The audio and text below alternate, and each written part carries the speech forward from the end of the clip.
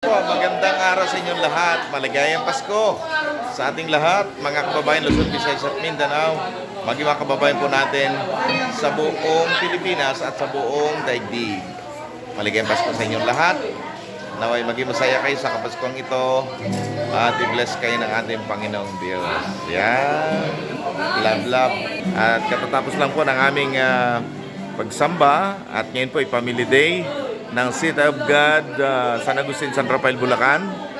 At ito po kami ay na kasalukuyang kakain ng tanghalian. So, ayan po mga kababayan, mga kapatid.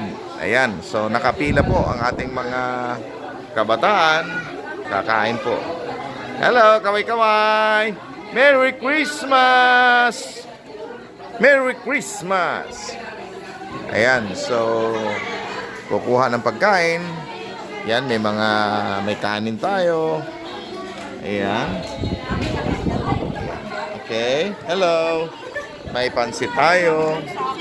May puto tayo.